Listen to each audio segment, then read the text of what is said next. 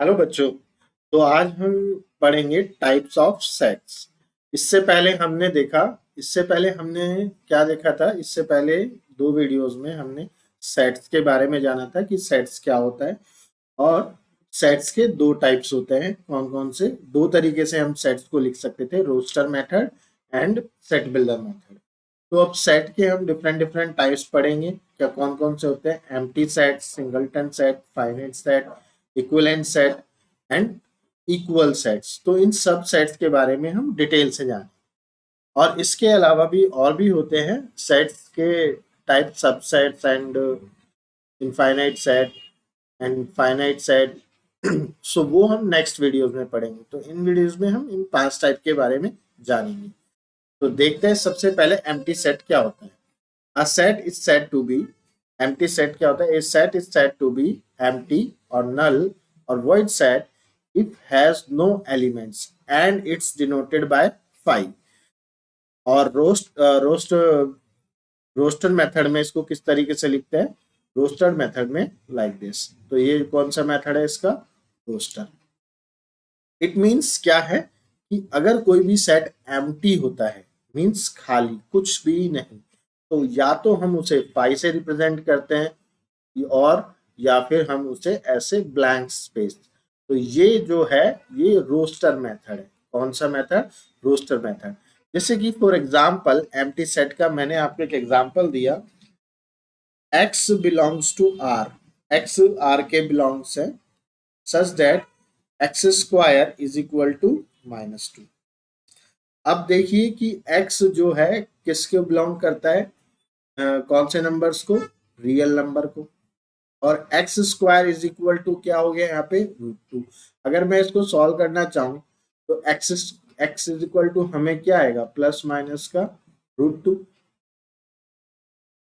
Plus minus का √2, क्योंकि x का प्लस माइनस का minus of √2, sorry minus of √2। वापस से लिख देता हूँ, माइनस ऑफ √2।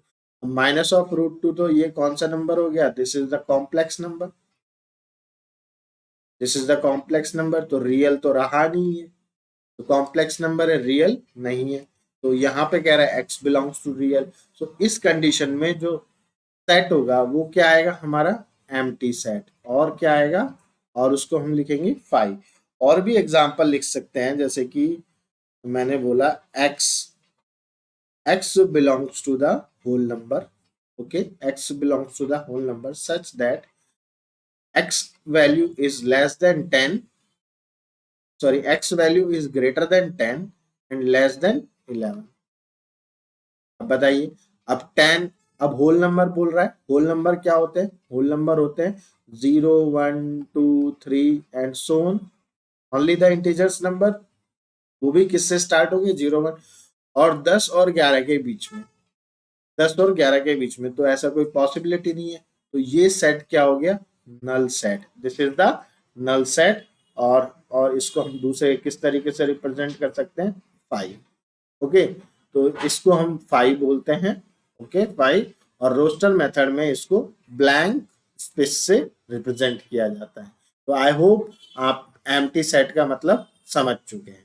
नेक्स्ट टाइप के ऊपर आते हैं, type number 2, singleton set, a set having single element, a set having single element। For example, अगर मैं इसका आपको एग्जाम्पल दूं, एक सेट ए है और उस ए के अंदर क्या है? ओनली 5।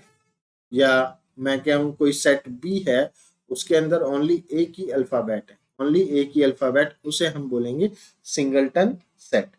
फॉर एग्जाम्पल और देखिए, और इसको रोस्टर मेथड पे x such that, okay, x belongs to natural number and x square is equal to 9। अब यहाँ पे एक कंडीशन दी गई है, x square is equal to 9 और x किसको बिलोंग कर रहा है? Natural number. So natural number क्या हो गए? नेचुरल नंबर हो गए 1 2 3 4। अब मैं x square is equal to 9 को मैं सॉल्व करूं, तो x की वैल्यू आइदर मैं +3 रखूं तो भी 9 आएगा, और -3 रखूं तो भी x स्क्वायर क्या आएगा, 9 आएगा। तो there are two values of x, +3 और -3। देखो यहाँ पे अगर मैं x की वैल्यू +3 रखता हूँ तो क्या आएगा, 9 आएगा। -3 रखता हूँ यहाँ पे x की वैल्यू तो भी क्या आएगा, 9 आएगा। तो ये दो वैल्यू बनता है, लेकिन एक और कंडीशन है, एंड के साथ है। ओके, तो x belongs to natural number कौन सा है, ओनली दिस 3। तो यहाँ पे ये सेट क्या हो गया, सिंगलटन सेट, क्योंकि इसमें एक ही एलिमेंट है। तो आई होप सिंगलटन सेट आपको समझ में आ गया क्या होता है। अब नेक्स्ट टाइप पे आते हैं, finite set. A set is called a finite set if it is either void set or its element can be listed।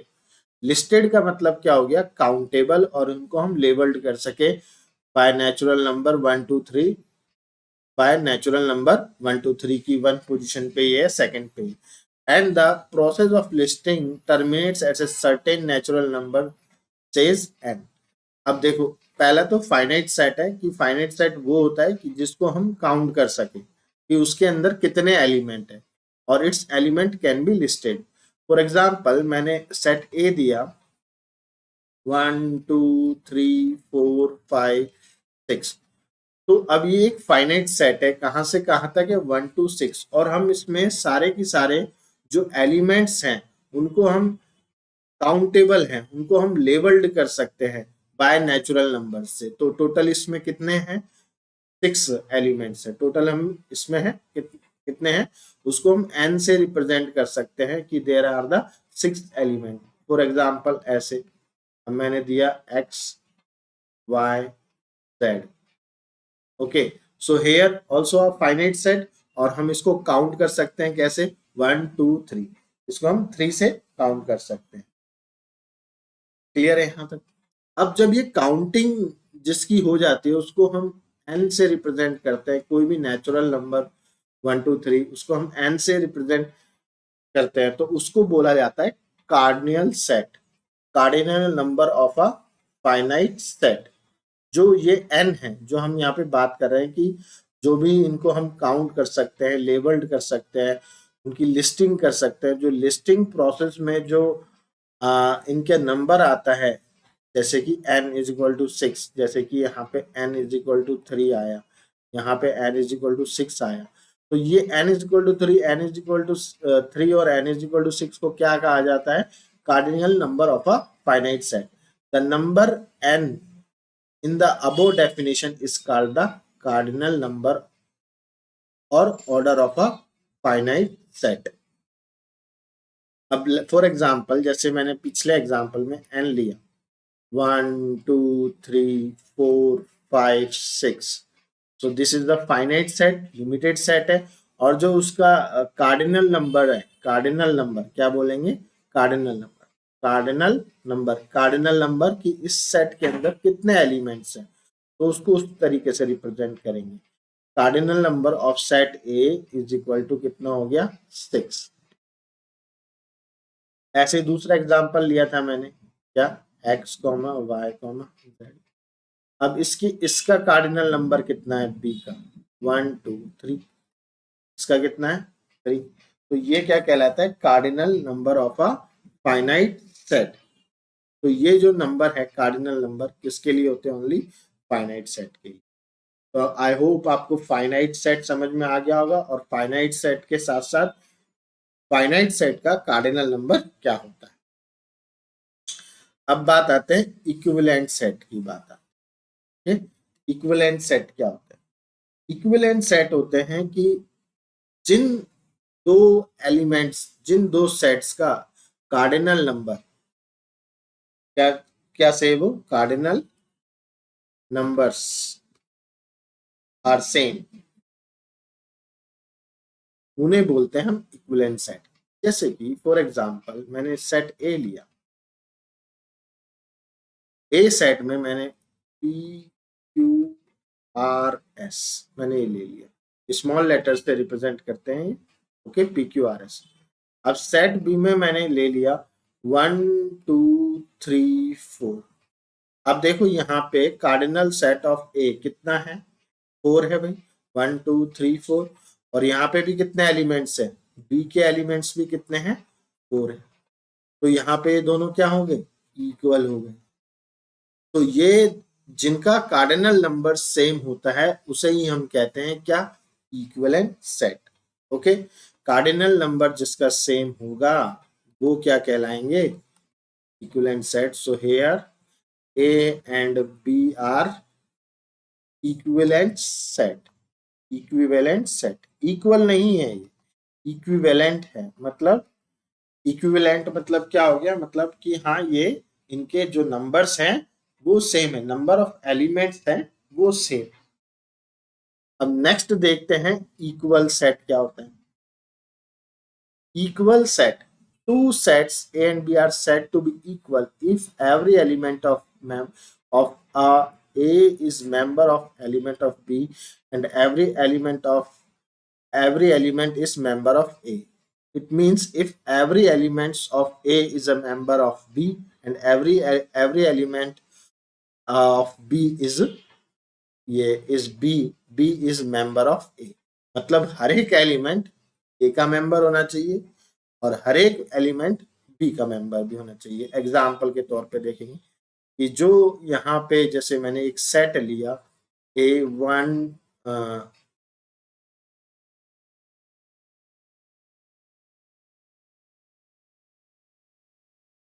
जैसे कि मैंने एग्जाम्पल लिया है यहाँ पे 1 2 3 4। अब सेट बी को क्या लिख किया 4 2 3। अब देखिए यहाँ पे एन ए कितना है 4 है, एन बी कितना है, कार्डिनल ऑफ सेट बी वो भी 4 है, और हर एक एलिमेंट ऑफ सेट ए किस में प्रेजेंट है, बी में, और हर एक एलिमेंट ऑफ बी किस में प्रेजेंट है, ए में। मींस ये दोनों आपस में क्या है, इक्वल है। मींस हर एक एलिमेंट 1 है इसमें भी है, 2 है इसमें भी है, 3 है इसमें भी है, 4 है इसमें भी। मतलब हर एक एलिमेंट ऑफ ए बी में होना चाहिए और हर एक एलिमेंट ऑफ बी ए में होना चाहिए। और सेकंड बात कि उनका जो कार्डिनल नंबर भी क्या है, सेम होना चाहिए। जब ये दोनों कंडीशन सेटिस्फाई करेंगी तो वो क्या कहलाएगा, इक्वल सेट। फिर वो क्या कहलाएगा, equal set. A is equal to, वहां पर इक्विवेलेंट सेट में हमने ये नहीं लिखा था, इक्विवेलेंट सेट में हम ये नहीं लिखा था, हमने ओनली क्या लिखा था, n A is equal to n B, number of elements of A is equal to number of elements of B, और उसी के साथ क्या लिखा था, A and B are equivalent. यहाँ पे हम ये लिख सकते हैं कि A is equal to B.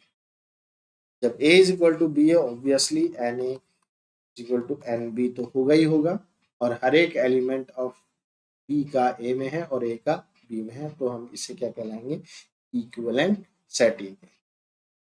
Okay, और आई होप जो हमने सेट पढ़े ये सारे की सारे हमें समझ में आ गए होंगे, empty set, singleton set, finite, equivalent and equal set.